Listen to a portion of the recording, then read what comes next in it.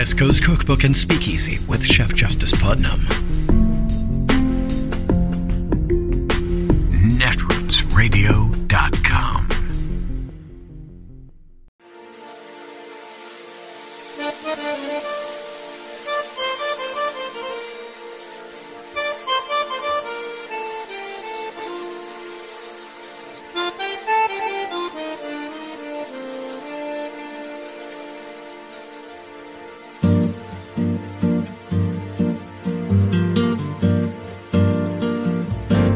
Je voudrais du soleil vert, des dentelles et des théières, des photos de bord de mer, dans mon jardin d'hiver.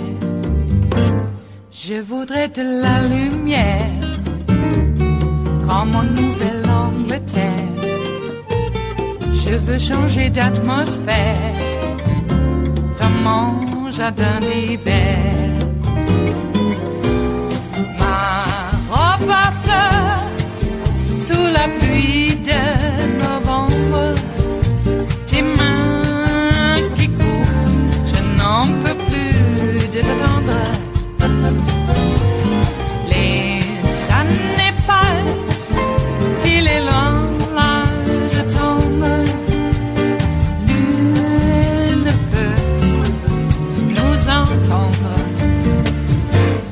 Je voudrais du Fred Astaire. Joining us now is Jon Favreau, former speechwriter for President Obama. He co-hosts the podcast Pod Save America and is also the host of The Wilderness, which is a wonderful podcast about the history and the future of the Democratic Party. Jon, thank you for being here this evening as we try and parse exactly what's going on. I want to draw your attention to a statistic that I was not aware of until this very moment, which is if Catherine Cortez Masto and Mark Kelly and Raphael Warnock all win their races, it will be the first time in American history that every incumbent senator from a party wins re-election, which is really staggering when you think about the fact that going into this, there was one narrative, and there was also the reality that Biden is sitting at a 40%, 41% approval rating.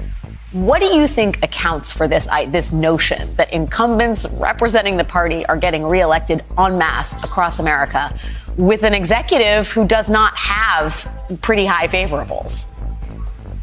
I mean, I think Republicans are nominated lunatic candidates. There is a price to pay for right-wing extremism in this election. And the reason that we saw the results we did is because Donald Trump went around and tried to push a whole bunch of candidates that were as extreme as possible. And he also stacked the Supreme Court with a bunch of right-wing justices who then overturned Roe v. Wade and fueled one of the biggest backlashes in American politics. And because of that extremism, the big question in this election was, will the 2018 anti-Trump coalition turn out?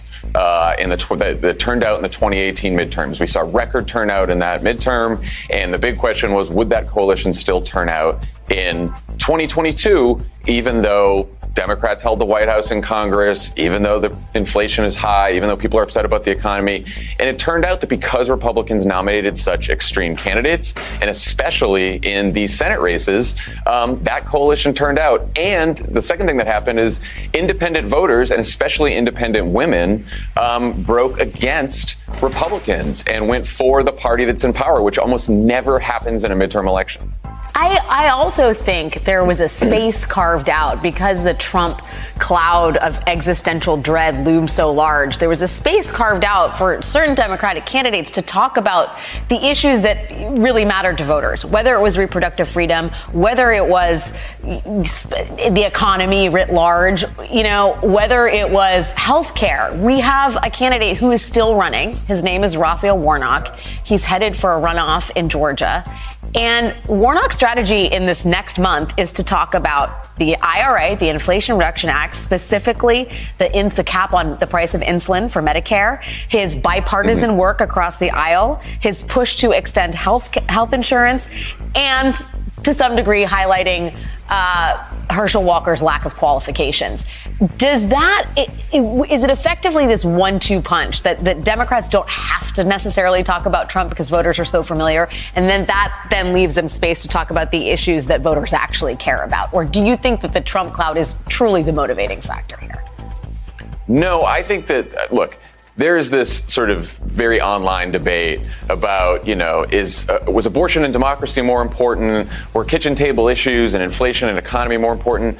The Democrats that ran in this election, and you saw it in their ads, you saw it in their speeches, you saw it in what they tried to make news about, they talked about everything. They talked about the issues that were of most concern to people in their everyday lives, whether that was hoping that abortion access would remain legal in a state, whether it was hoping that we didn't elect someone in a state who might overturn the next election, whether it was voting for someone who fought really hard to make sure prescription drug prices went down, or that we invested in climate change and lower energy prices. Like, the problem that the Republicans had is not only were they extreme, they thought they were just going to coast into power based on people being upset with the economy, but they had no plan.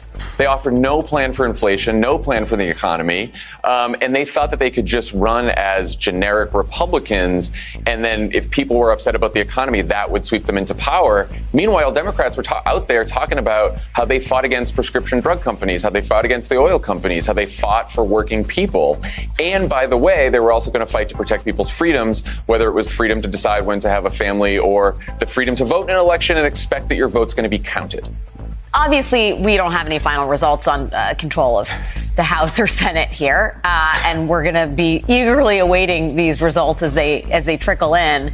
But if you look at what could be happening in the House, right, which was always going to be a very uphill climb for Democrats, the reality is, Trump-endorsed candidates had a bad night, but there were plenty of people who are entering this new class in Congress that are unsavory actors as it concerns democracy and the institutions that preserve democracy, right? I mean, the reality is Adam Kinzinger and Liz Cheney are not going to be in Congress anymore.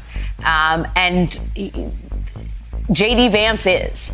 You have plenty of folks who are radical sort of right-wingers that are going to be entering this class, and you could have a House that is governed by a 2 or 3 seat majority it's hard to say, the Speaker of the House, Kevin McCarthy. What do you think the implications are for Democrats in a landscape like that, and specifically the Biden administration? How best to gird themselves for the coming 2 years of inquisitions? I mean, I think that if you have a Speaker McCarthy, and if you have a Speaker McCarthy running what is a very right-wing caucus, and he only has, a few votes to spare, so they're going to sort of wring all kinds of concessions out of him. It's basically going to be Marjorie Taylor Greene running the House. I think the Biden administration and Democrats in general will continue what they just did in this campaign, which is running against the right-wing extremism that's coming out of the House. And whether it's the House trying to take the economy hostage by trying to, cut Medicare and Social Security to lift the debt ceiling, whether it's them trying to shut down the government, whatever they're trying to do, investigations, impeachment. I think that the Biden administration, what their message is going to be is look, we are trying to work pretty hard to bring down costs for families. We know that people are upset with the economy. We know that we want to try to bring down costs. We're willing to work with the Republicans on this. They're spending all day doing investigations, worried about Hunter's laptop, trying to shut down the government, and it's going. And as a result, the Republicans are going to look as extreme as they did on election night, and it's not going to go well for them. Do you think that there's been any lesson learning in terms, there's this talk of the Republicans ready to turn, cast Trump aside because he's delivering losses. But the fact of the matter is, they're not saying we disavow Trump because of the values that he promoted. He's just not winning us stuff anymore.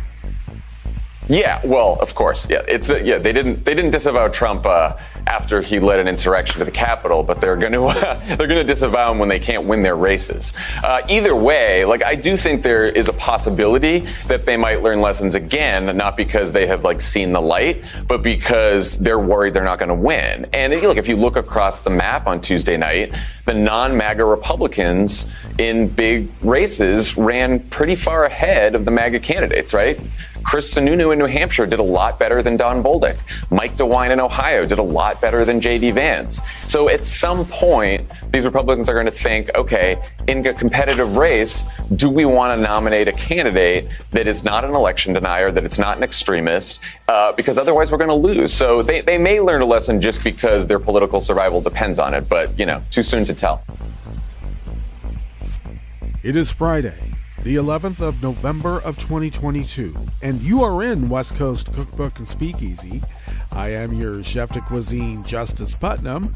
Gunner, the English Bulldog, is our snoozing sous chef, and our daily special is Blue Moon Spirits Fridays, because we are all Nighthawks in the Diner of Life. Well, how are you? The election returns continue to stagger in, as they always do. But apparently, Americans have such short memories that, well, it's been labeled as American amnesia, isn't it? Anyway, I guess people forget how our elections are run. And there's a lot of people who don't even know to begin with. But they still vote somehow. Sometimes they do. Anyway, yes, the results continue to come in, and it's up in the air whether we'll have some way to legislate or not. It's either the veto pen or we get to legislate. So we'll see. Maybe we might even have to wait until December for the runoff with Walker and Warnock. But I've been hearing that possibly, at least in the Senate, that that may be decided before the runoff. And then it would hopefully be gravy, the cherry on top, when Warnock is also reelected. You know what? If that happens, it is then the first time that an incumbent or incumbents won their re-election in a midterm. The first time. At least that's what I heard. So, not on Twitter, okay? You got to take things a little bit with a grain of salt now on Twitter, because what the hell? What the hell is happening there, huh? Well, we sort of know what is happening. Elon Musk, after conferring with Vladimir Putin, and that's already known, and then his business relationship with the Sauds, are taking away one of the most effective communication devices for democracy and the free world that the free world has ever seen. Do you remember? I'm sure that you do, because the demographic of the station, let alone the show, skews a little bit towards the older side now. Isn't that weird? Anyway, I'm sure you remember when Tunisia had their revolution, and how Twitter was responsible in many ways in being able to mobilize that movement. And one of the first things that happened when control was wrested away from the new order was clamping down on social media, Twitter specifically. So, wouldn't any other demagogic authoritarian government want to do the same? And if they had the possibility to actually strangle it in its nest, why wouldn't they? So when Joe says that, yeah, we, Elon Musk's entanglements with some other, foreign countries, maybe even hostile foreign powers, warrants some scrutiny. And what if this fellow has done something so treasonous? Now, when you reach a certain level of economic stature, you're not beholden to any boundaries of borders. Everything's a business deal. Yeah, I didn't mean to destroy your democracy. Just know it wasn't personal. It was just business. Oh, thank you. I feel so much better. So, what if? I mean, what happens? Does he get to play the clock out like another, supposed billionaire does? Will he get away with it because of a certain economic stature? Is that what it is? I guess when you reach a certain economic stature, you're able to buy a lot of judges. How else to explain Joe once again getting ruled by this Pittman guy down in Texas that the student loan forgiveness reform is unconstitutional? Unconstitutional. Can you believe that? This is the same guy that said, when we separate families and these kids are at the border unaccompanied, we'll just send them by themselves, even if they're infants, toddlers, babes in arms. I guess that's what an infant would be. Back to their country of origin. Let them figure it out. They speak the language. That guy. That Pittman guy. Icebox baby gulag family separation Nazi maggot. A+ rating by the Federalist Society, though. All right. And what about the judge who said that, oh, no, New York, you can't redistrict. Oh, no, this is just too extreme of a gerrymander. Oh, no. Florida, massive gerrymander. Georgia, massive gerrymander. Other Republican-led states, massive gerrymanders. We've had to fight these gerrymanders. You can win in a state with 70% of the vote and only get 30% of the representation. That's from a gerrymander. Now, of course, the judge in the New York case did call it a gerrymander. And, some of us would say, maybe it's redistricting. Maybe that's what it is. Nope. Too extreme. So now New York, a blue state, by the way, except for upstate New York, are basically now being turned over. Flipped, I think is what it's called. I like to say it's been Cuomo'd, because all of this is happening because Cuomo got caught with his hands down the panties of some gal. He says, "Don't you know who I am? I'm Mario Cuomo." So he Cuomo'd the state. Okay. And now we're fighting an uphill battle to be able to determine whether we get to legislate or we have to veto. While in the process, our rights being eroded even more. Now, I voted blue because it goes good with my rights. It really does. It goes good with yours, too. And I'm glad you did. Okay, well, our governor here in Oregon remains the Democratic Party member, and that is Tina Kotek. And that was that was a little scary. Phil Knight, the owner of Nike, pumped in millions and millions and millions of dollars into the challengers races, the maggot Republicans race, and the so-called independent. We like to call her Machine Gun Betsy because she likes to roam around with a machine gun and let people photograph her carrying it. And she says she's got a better idea for Oregon. Really? Do you? Apparently not. But there were some interesting results other than just the governor race. It looks like we will be holding on to, at least in the U.S. representation, the Democrats outnumber what the Republicans were able to do in the more rural areas. Counties in Oregon along the Idaho border voted to secede from Oregon and become part of Greater Idaho. There's some question whether Idaho really wants it, but they voted for it because they will be damned that, we keep losing these elections and we can't have that. Okay, yeah. Okay, we'll see. we'll see how much money they have to get from the rest of us because, hey, like Idaho's a real economic powerhouse, isn't it? Yeah. I mean, they've turned the state into believing that even spuds are woke. Oh my God, all these potatoes, they're woke. Can't have that. So, yeah, there's that result.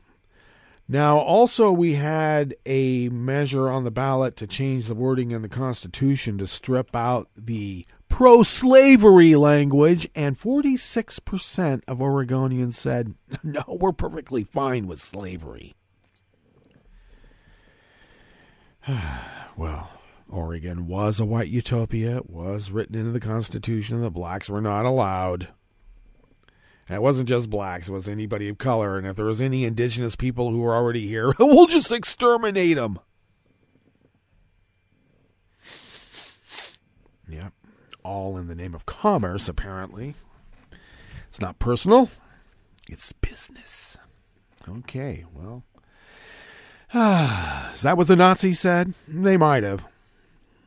All right. Well, enough of that. Let us delve into what we have curated for you here on this fine Blue Moon Spirits Fridays. Oh, just so you know, the virtual French 77s are mixed and poured and ready for your virtual imbibing pleasure. Take care. Though it is the most balanced cocktail in the history of cocktails, and I'm not kidding. It's a truism. You can verify it. Not on Twitter, but you can verify that. The French 77 is also a potent spirit, so take care. I always say imbibe with friends. Maybe have one who's not imbibing to carry you around if you have too many. Indeed. Okay, as we begin here, Republicans are paying the price for their right-wing extremism in the midterms. Let's hope it's a better price than what we're seeing. Count all the votes. You know, Trump is going to announce in prime time next week that he's going to run for president. I hope he does. And he's doing it at Mar-a-Lago, which I hope gets blown away by that hurricane going through there. He was supposed to evacuate. He says, no, I'm going to go. I'm going to stay here. Oh, good, good. I hope it just open up a door. Okay? Those suggestions that you keep all the doors and windows closed during a hurricane, that's fake news. Open the doors. Yeah, well. Anyway, he is going to announce. So what are you going to do? Yeah, what are you going to do? Anyway, as we continue here in the Bistro Cafe of West Coast Cookbook and Speakeasy, California seeks to pair home energy storage with rooftop solar, and that's a good thing. Work has stopped after a noose was found at the Obama Presidential Center construction site. Remember when everybody said, oh, racism is over, we elected a black president? And I said, I don't know, I think it's going to bring out the racists right out of the woodwork. And I was right. So were a lot of others, too. And U.S. authorities are investigating crypto exchange FTX. Well, yeah, big time. After the break, we move to the chef's table where Vladimir Putin will not attend the Group of 20 summit in Indonesia next week. I guess he doesn't like Bali. And the U.S. will buy 100,000 rounds of howitzer artillery from South Korean manufacturers to provide to Ukraine. All that and more on West Coast Cookbook and Speakeasy. Bon appetit.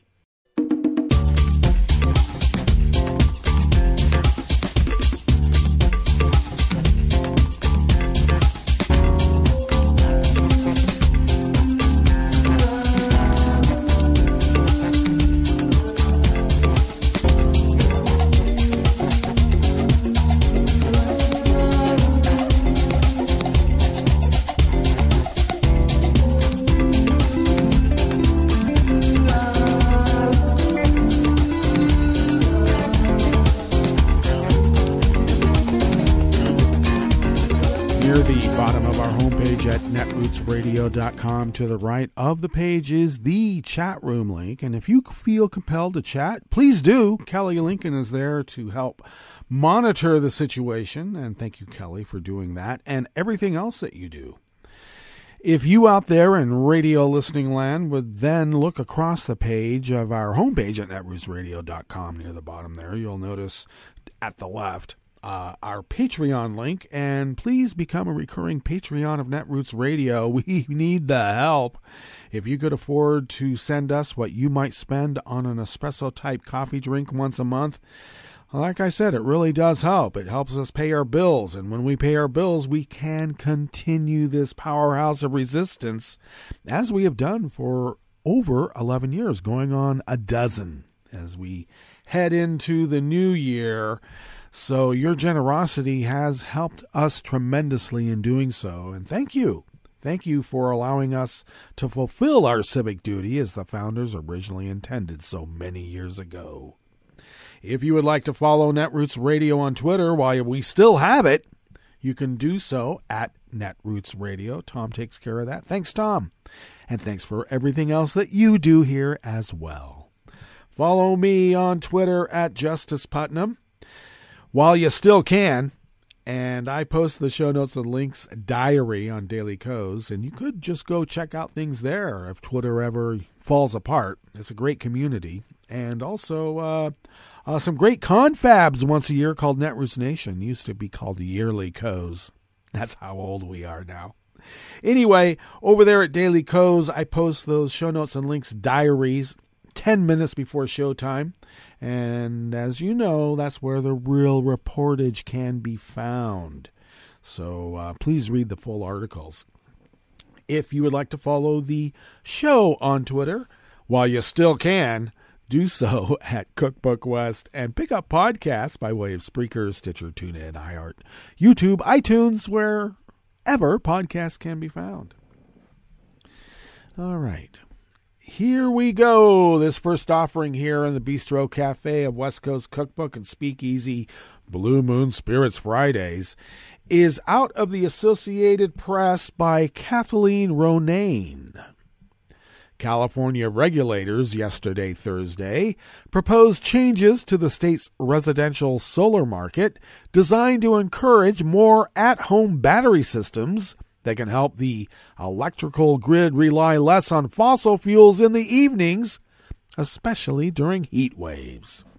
It's the California Public Utilities Commission's second attempt at updating the state's incentive program for home solar systems.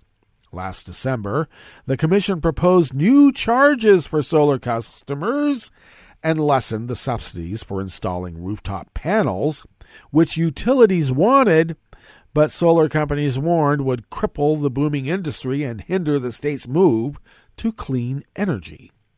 Solar panels are on 1.5 million California homes, creating by far the nation's largest home solar market. The state has set ambitious goals for transitioning away from fossil fuels and to renewable energy sources like solar and wind to power homes, businesses, and cars. Under existing rules, solar customers can sell extra energy they are not using back to their power company for credit on their bill. California's three major utilities, Pacific Gas and Electric, we call it PG&E, Southern California Edison, and San Diego Gas and Electric have argued the payment is so generous that solar customers are not paying their fair share for the overall cost of the electric grid, which they still rely on when their panels are not generating power. Power rates include other costs like electrical transmission and wildfire prevention work. They've really done a good job on that one, huh? Take the money, don't prevent the wildfires. Another, or about, $4 billion in costs are shifted from solar to non-solar customers, according to an estimate from a utility-backed coalition called Affordable Clean Energy for All. When solar customers pay very low bills due to credits, they are paying less into the overall energy grid. Now, the solar industry argues that number does not take into account the contributions to grid reliability and other benefits that rooftop solar provides. Kelly Himes, the administrative law judge who wrote the commission's proposal, acknowledged that shift, noting the state's current system harms non-solar customers with a disproportionately negative impact on low-income utility customers and is not cost-effective. The new proposal lessens how much money people get for selling their extra energy, but it does not include a solar-specific fee that utilities wanted. It creates new financial incentives for people to install home storage systems to capture extra solar energy during the day, and it also changes electric rates to encourage people to export stored energy to the grid in the late afternoon and early evenings, when the grid typically transitions from renewable sources to fossil fuels. The 5-member Public Utilities Commission has until mid-December to discuss the proposal. If they approve it, it would not take effect until at least April of 2023.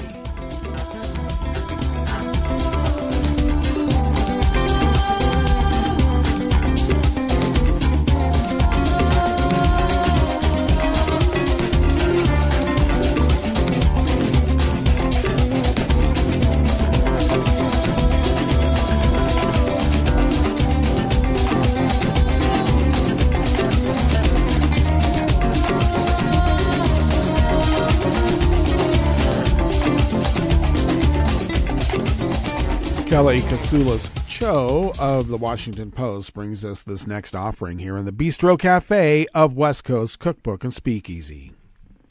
The group building the Obama Presidential Center temporarily ceased construction yesterday, Thursday, after a noose was found on the site in Chicago.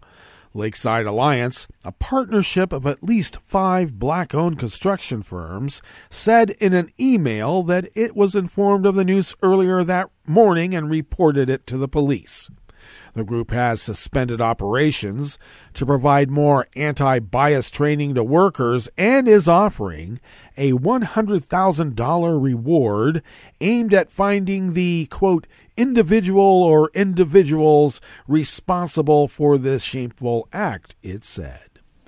We have zero tolerance for any form of bias or hate on our worksite, the group said in an email. It added, we are horrified that this would occur on our site.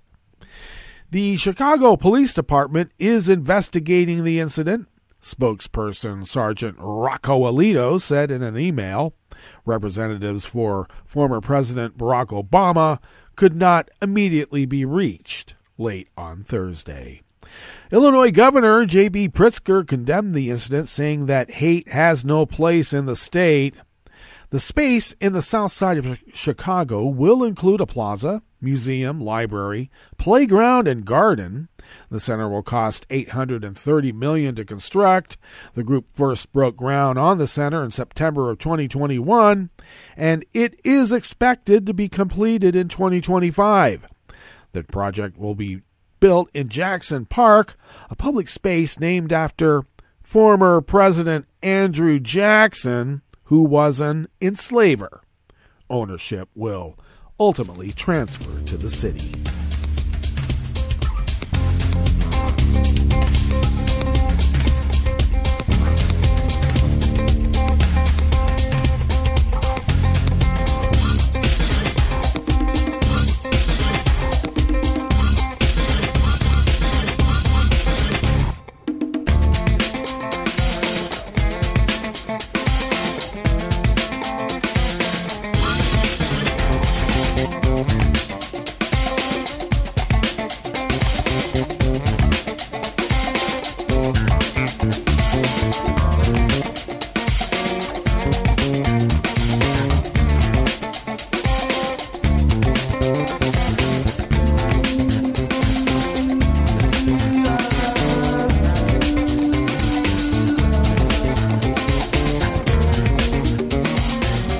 Ken Sweet and Michael Vasamo of the Associated Press brings us this final offering here in the Bistro Cafe of West Coast Cookbook and Speakeasy, Blue Moon Spirits Fridays.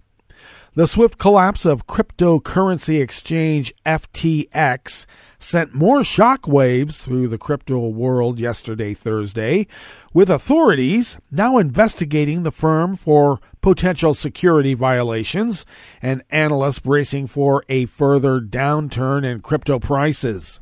FTX had agreed earlier this week to sell itself to bigger rival Binance after experiencing the cryptocurrency equivalent of a bank run. Customers fled the exchange after being concerned about whether FTX had sufficient capital. A person familiar with the matter said that the Department of Justice and the Securities and Exchange Commission are examining FTX to determine whether any criminal activity or securities offenses were committed. This week's developments marked a shocking turn of events for FTX CEO and founder Sam Bankman-Fried, who was hailed as somewhat of a savior earlier this year when he helped shore up a number of cryptocurrency companies that ran into financial trouble. The investigation into Bankman-Fried and FTX by those in the crypto world, as well as securities regulators, is centering on the possibility that the firm may have used customers' deposits to fund bets at Bankman-Fried's hedge fund, Alameda Research. In traditional markets, brokers are expected to separate client funds from other company assets, and violations can be punished by regulators, because it sounds like that's a pyramid scheme. Isn't that what it is?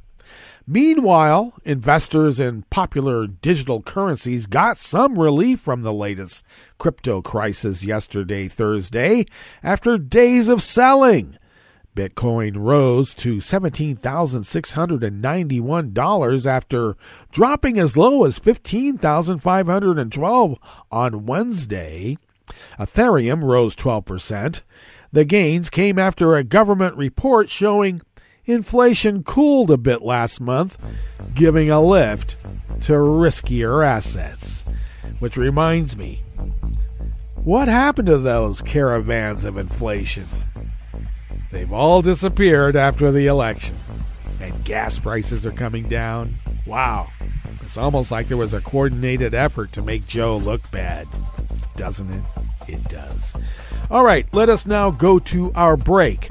And when we get back from that break, we will go through weather from around the world, and we will finish up with the stories that we have curated for you today.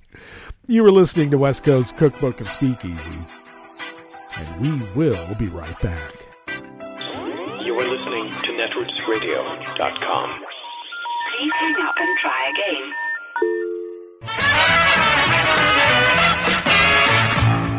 From a point at sea to the circles of your mind, a new force is at work for planetary transformation.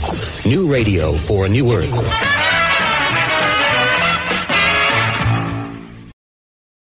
This is Take Two Movie Review. I'm Kim Lowe. This week, A Tour de Force. Todd Field's latest film, Tar, feels like such a biopic that it's no wonder that some have left the theater thinking that Lydia Tarr is a real person. While she isn't, she often comes across as more real than some of the real-life composers and celebrities who are name-dropped or briefly appear in the film. From the beginning, which starts with the full credits and then opens with 25 minutes of uninterrupted dialogue by Lydia, it's clear that this is her story on her terms. This setup is one of the reasons why Lydia's lack of redemption doesn't ultimately seem that surprising. Starring Cate Blanchett in the title role, Tar tells the downfall of an iconic conductor based on her carefully constructed persona. She's a verified success in a male-dominated field and an out lesbian who champions for the mentorship of more women in the biz. It's that mentorship that leads to her demise, however, when Kristen, a young mentoree, commits suicide amidst accusations of Lydia grooming young women with the promises of career advancement and other favors, only to toss them aside for newer models. Fields wisely leaves the relationship between the two women ambiguous, but it's pretty obvious that boundaries have been crossed. Indeed, with the exception of her young daughter, Lydia views all of her relationships as transactional. Lydia isn't likable, but she is fascinating, as portrayed by Blanchett in an award-worthy performance recalling her portrayal of Katharine Hepburn, who famously said, "I have always lived like a man and played by a man's roles." Here, it's obvious that the patriarchy, famous for giving passes to men for such behaviors, has worked for her as well. While Lydia Tarr may be an anti-hero, she proves once again that a great artist need not be a great or even decent person. This has been Take Two Movie Review. I'm Kim Lowe. Catch up with us at take2moviereview.com and feed us back on our channel on YouTube.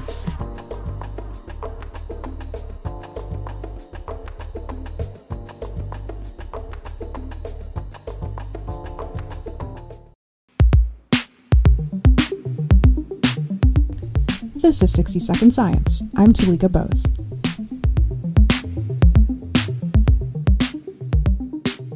Iranians have been fiercely and relentlessly protesting against their government. This was sparked by the death of a 22-year-old Kurdish woman named Mahsa Amini, who died in the custody of the country's morality police. The demonstrations have been led by young women who refuse to accept restrictive laws like hijab requirements. But authorities have been cracking down with violence, arrests, and with surveillance. I'm here with Sophie Bushwick, our tech editor at Scientific American. Sophie interviewed Amir Rashidi, who is the Director of Digital Rights and Security at Mian Group, an Austin, Texas-based advocacy organization working to improve human rights in Iran. Hey, Sophie. Hi. Sophie, so how did you find this story? I had heard that some protesters in Iran were worried about the government using facial recognition, and I reached out to Amir to just ask him about this technology in particular. But what I learned is that the use of technology for suppression in Iran goes way beyond facial recognition. And in fact, the government is actively trying to create its own nationwide intranet that would be separate from the global internet and allow it to maintain much stricter control over what its citizens can see on the internet. Do you think that has any ramifications in the near future? So within Iran, what I learned is that the government has been interested in this intranet project for a while, but there hasn't been a lot of adoption, in part because people know that the government is really interested in surveillance and censorship. It's not just a matter of creating their own servers. They need their own data centers, and they need their own proprietary apps. They've shut down access to WhatsApp. They don't want people to be communicating with the outside world or to have access to that kind of information. So what they've instead suggested is they're trying to push citizens to adopt nationwide apps and the nationwide intranet. They've done things like making the nationwide intranet cheaper and faster than accessing the global internet. Is Iran taking a page out of anyone else's playbook here? Yes, there are a lot of authoritarian governments that are very interested in the use of technology for surveillance and censorship. In particular, Iran has a technology sharing agreement with China. There's a category of apps called super apps. So an example is WeChat, which is a Chinese app where you can, stream your favorite videos, you can buy tickets, you can chat, you can browse the internet. It's one app that sort of encompasses the whole world of apps that smaller apps might focus on.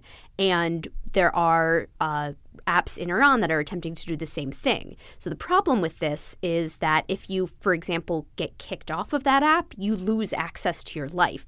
Another thing is that if that app is controlled by the government or by a tech company that is willing to do whatever the government says, then they can have very quick access to everything that you're doing online.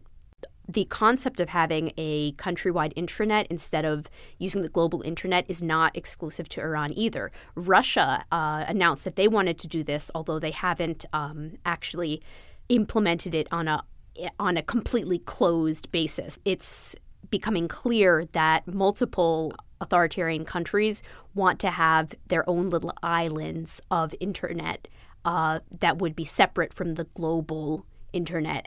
That sounds pretty terrifying.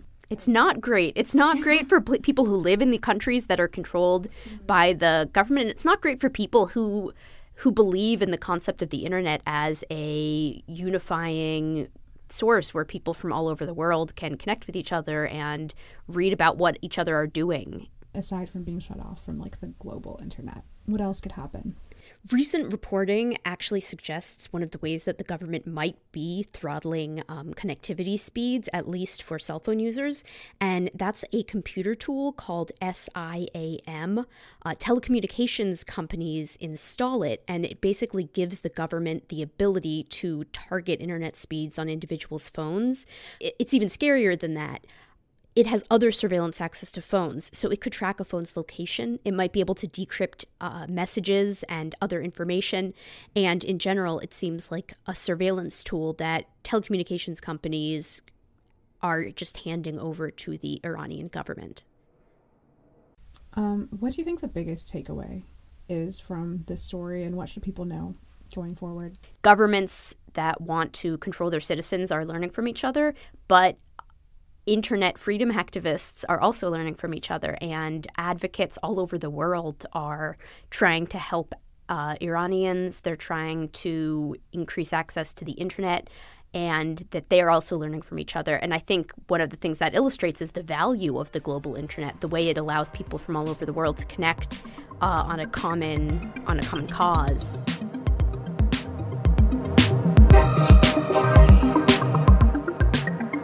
Thanks for listening to 60 Second Science. I'm Talika Bose. Hi, I'm Tom Hartman, and since you're listening to netrootsradio.com, show your progressive side and go to the donate button on the bottom of the homepage. It's progressives like you who power Netroots Radio and keep the progressive message beaming everywhere 24 hours a day. Just go to our donate button at the bottom of netrootsradio.com. Thank you for keeping progressive radio at full power.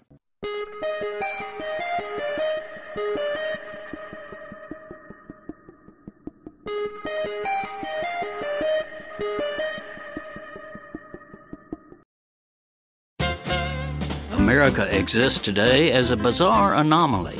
We profess to be an electoral democracy, yet we are ruled by a governmental plutocracy. One especially gross example of this incongruity is the overwhelming power of big money over the people's will. By a wide margin, Americans of all political stripes want to ban the distorting force of huge electoral campaign donations by favor-seeking corporations and ultra-rich elites. Yet, nothing. National and state lawmakers take the plutocratic money and promptly bury democratic reforms that would stop the gusher of corrupt cash.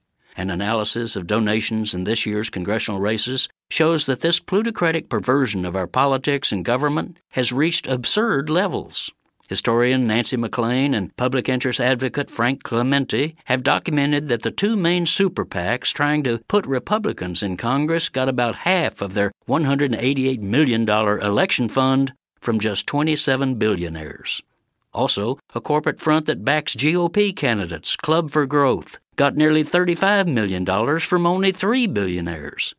Thanks to years of congressional stonewalling and the steady partisan stacking of our top courts with corporate ideologues, there is essentially no limits on this purchase of lawmakers. Indeed, the biggest donors are even allowed to undermine democracy in secret, not revealing their identity. Lawmakers elected with this money not only support the billionaires' special interest agenda, which the people don't want, but also are fierce opponents of any reforms to increase voter participation in our governing process, which people do want. This is Jim Hightower saying that's why, for example, efforts to guarantee every eligible American a constitutional right to vote have not moved forward in Congress, even though the great majority of people favor it.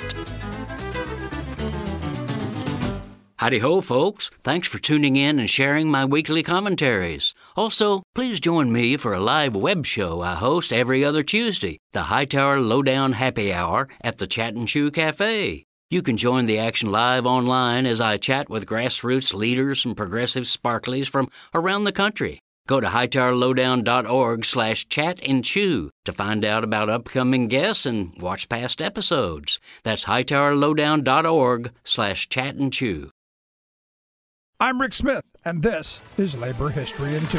On this day in labor history, the year was 1887. That was a tragic day for the labor movement. 4 men were hung in Chicago for their alleged role in the bombing at a labor rally at the city's Haymarket Square a year earlier. In a sensational trial, a total of 8 men were convicted for Haymarket. Although the trial had not proven any of the men had any ties to the bombing, 5 were sentenced to die. 1 died in jail before the execution could take place. The others were martyred for their support of the labor movement and the fight for the 8-hour workday. 2 of the men were German-born August Spies and Adolf Fischer, who had worked at Arbeiter Zeitung, a Chicago German-language pro-worker newspaper. A third was Albert Parsons, a Southern-born anarchist and the editor of the working people's English-language newspaper, The Alarm. The fourth was George Engel, a German-born labor activist and owner of a toy store. Neither Parsons nor Engel were even present at Haymarket during the time of the bombing. Before he was executed, Albert Parsons declared, "Let the voice of the people be heard." August Spies shouted, "The day will come when our silence will be more powerful than the voices you strangle today." In 1893, a Haymarket Martyrs Monument was commemorated at the Forest Home Cemetery just outside of Chicago. Carved at the base is August Spies' declaration. That same year, the governor of Illinois pardoned the remaining 3 Haymarket prisoners.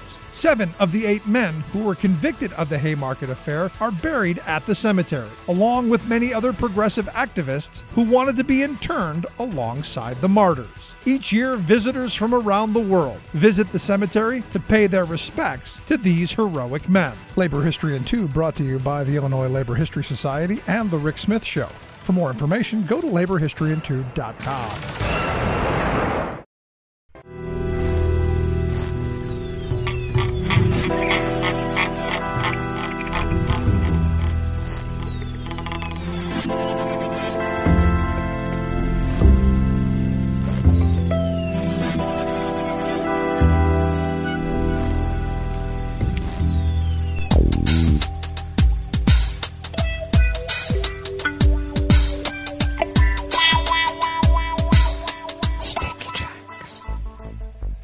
Thank you for accompanying us here to the chef's table at West Coast Cookbook and Speakeasy Blue Moon Spirits Fridays, because we are all Nighthawks in the Diner of Life. We always begin, whether from around the world, along the banks of the Rogue River, in the Rogue River Valley of Southern Oregon on the west coast of the continental United States of America, where it is currently 38 degrees Fahrenheit, expecting highs of only around 50, and cloudy conditions currently, and will give way to cloudy skies and rain starting in about an hour or 2. Winds light and variable. Looks like it might bring us about 1/4 of an inch. Partly cloudy skies this evening with increasing clouds and periods of showers. Lows around 38 and winds light and variable. Cloudy skies early tomorrow, Saturday, then partly cloudy in the afternoon. A few flurries of snow or showers is possible. Winds light and variable. Pollen is still rated as none here in Rogue River proper. The air quality index for the Rogue River Valley region is moderate at 72 parts per million, and the daytime UV index is low at level 2. Barometric pressure is holding steady at 30.15 inches. Visibility is up to 10 miles, and relative humidity is at 96%. Weather from around the world is brought to you by a crowd of crowdsourced weather stations that a crowd crowdsources from around the world. London is 58 degrees and cloudy. Paris is 55 and sunny. Rome is 68 degrees and fair. Kyiv is 50 degrees and cloudy. Kabul is 43 and clear. Hong Kong is 73 and fair. Tokyo is 60 degrees and fair. Sydney, Australia is 62 and clear. San Francisco, California is 46 degrees and partly cloudy. And New York, New York is 68 degrees Fahrenheit. cloudy, and you continue to be under a gale warning. And that is weather from around the world, brought to you by a crowd of crowdsourced weather stations that are crowdsources from around the world.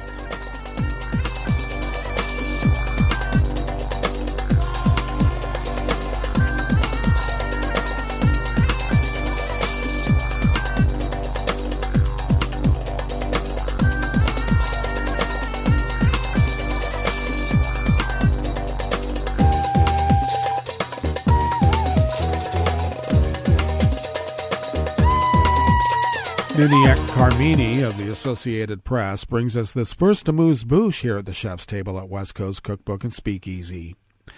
Vladimir Putin will not attend the Group of 20 summit in Indonesia next week, an Indonesian government official said, avoiding a possible confrontation with the United States and its allies over his war in Ukraine.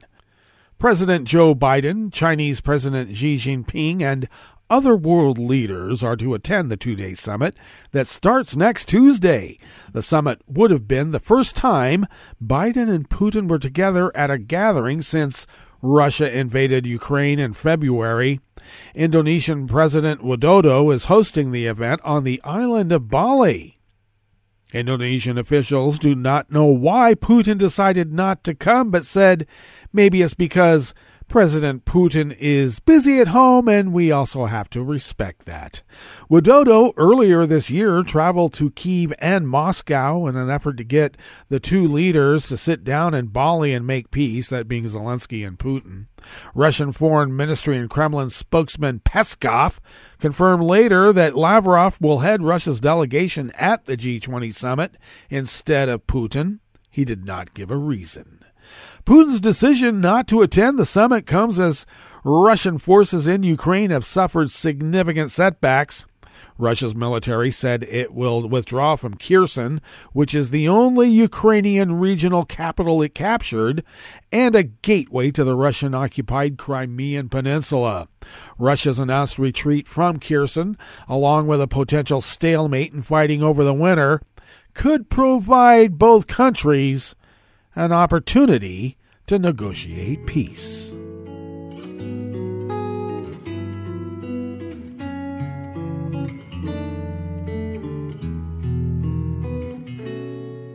Je te donne c'est mon amour pour la vie entière.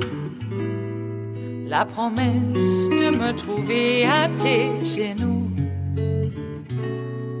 Aussitôt que tu m'appelles, rester toujours fidèle, c'est tout, c'est tout. Je te donne tous mes printemps, mes étés de mer, mes automnes quand les feuilles tombent partout. Si ce n'est pas une bonne affaire, je te donne tous mes hivers. Lolita C. Baldor and Tara Kopp of the Associated Press brings us this final amuse-bouche here at the Chef's Table at West Coast Speakeasy Blue Moon Spirits Fridays. The U.S. will buy 100,000 rounds of howitzer artillery from South Korean manufacturers to provide to Ukraine, a U.S. official said yesterday, Thursday, in a deal the two governments have been working on for some time. The agreement comes as Ukrainian leaders press for more weapons and aid to take advantage of a counteroffensive that is pushing Russian forces out of some areas they had taken over earlier in the war, and it relieves concerns within the U.S. military, particularly the Army and Marine Corps, who are worried that persistent transfers of Pentagon's howitzer ammunition to Ukraine are eating into their stockpiles. Other defense officials confirmed the broad outlines of the contract and said it would help with stockpile pressures, specifically involving the howitzer ammunition, which Ukrainian forces have been using at a high rate. Last week, a defense official briefing reporters said Ukraine was burning through as many as 7,000 rounds of ammunition a day, while Russia was firing as much as 20,000 rounds daily.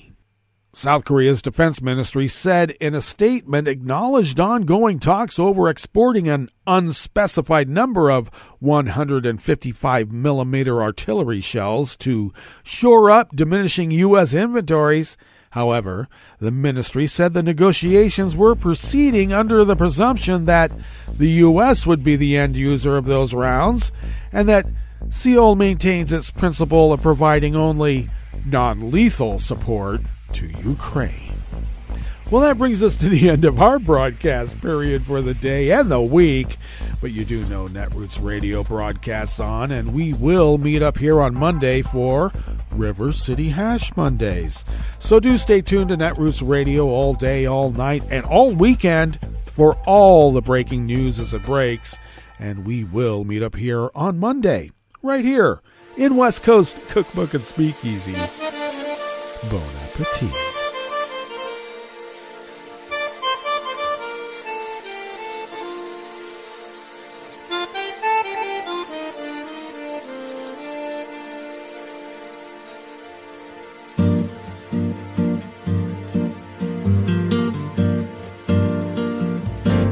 Je voudrais du soleil vert, des dentelles et des théières, des photos de bord de mer, dans mon jardin d'hiver. Je voudrais de la lumière, comme en Nouvelle-Angleterre. Je veux changer d'atmosphère, dans mon jardin d'hiver. Ma fleur sous la pluie de novembre, tes mains qui courent, je n'en peux plus de t'attendre. Les années passent, qu'il est loin, là je tombe. Nul ne peut nous entendre. Je voudrais du Fred Astaire, revoir un latte Goël. Je voudrais toujours te plaire dans mon jardin d'hiver. Je veux déjeuner par terre, comme au long de golfe clair, t'embrasser les yeux ouverts dans mon jardin d'hiver.